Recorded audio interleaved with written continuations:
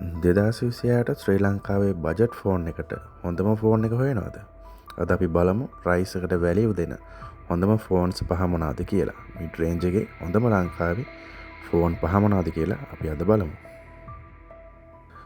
Number 1 Samsung Galaxy A55.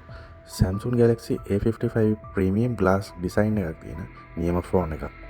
මේකේ camera quality එක නියමයි. ස්පෙෂලි ෆොටෝස් සහ වීඩියෝස් වල නියමට ස්ටේබිලිටි වෙනවා. බැටරි පර්සන්ටේජ් එකත් ෆුල් චාර්ජ් කරගන්න විනාඩි 45ක් වගේ යන්නේ. දවසක්ම දුවන්න මේක එක ෆුල් චාර්ජ් එකක් ඇති.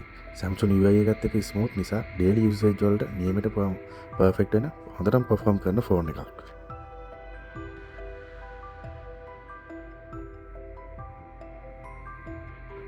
Number 2 Redmi Note 13 Pro.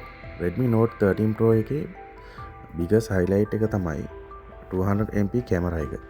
Camera videos නියමයි. ස්ටේබිලිටි එක, එතකොට පික්චර් ක්වොලිටි හැමදේම DHP එක නියමටම ගැලපෙනවා. ෆොටෝ නියමටම ෂාප් වෙනවා. ස්පෙෂලි ඩේ ලයිට් වලට හොඳට ඇඩ්ජස්ට් වෙනවා ෆෝන් එකේ බ්‍රයිට්නස්. එතකොට මේකේ ඩිස්ප්ලේ එකත් නියමයි. ෆාස්ට් චාර්ජින් නියමටම සපෝට් කරනවා. සෝ ක්වික් චාර්ජ් කරගන්න පුළුවන් බජට් රේන්ජ් එකේ වැලියු ෆොර් මනි තියෙන ෆෝන් එකක් මේකත්.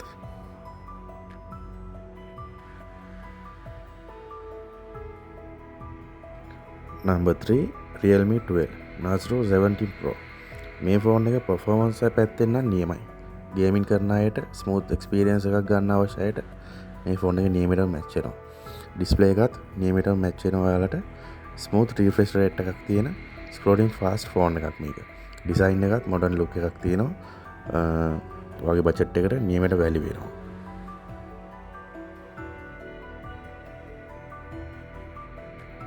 Number 4 Samsung Galaxy A35. Samsung Galaxy A35 එක long term use කරන reliable phone එකක්. මේක water resistant IP rating එකක් තියෙනවා. මේ price range එකේ තියෙන rare feature එකක් ඒක. Camera stability, video stability, display brightness, display quality, battery decent එක, battery percentage එක Samsung lovers ලාට safe choice එකක්. Number 5 Apple iPhone 11. 11 එක ටිකක් ඕල්ඩ් මොඩල් එකක් වුණාට තාම පවර්ෆුල් ෆෝන් එකක්. iOS එක සිස්ටම් එක තාම ස්මූත් විදිහට වැඩ කරනවා, හොඳට පර්ෆෝම් කරනවා. කැමරා ක්වොලිටි එක, වීඩියෝ ක්වොලිටි එක කියන්න දෙයක් නැහැ. Apple එක නවලා දානවා. very steady and very reliable. තාමත් use market එකේ affordable price එකට අපිට ගන්න පුළුවන්. මේ price range එකේ තියෙන හොඳම කැමරාවක්. හොඳ performance නැබැයි battery තමයි ප්‍රශ්නේ. battery වල Apple ලා වගේ කෙනෙක් නම් ප්‍රශ්නයක් නැහැ. මොකද Android ලා වගේ කෙනෙක් නම් Samsung එකට හරි අනිත් ෆෝන් එකට හරි යන එක තමයි හොඳ. අද mid range ෆෝන් වල ඔයාලට සෙට් වෙච්ච හොඳම ෆෝන් එක මොකක්ද කියලා අපිට කමෙන්ට් එකක් දාන්න.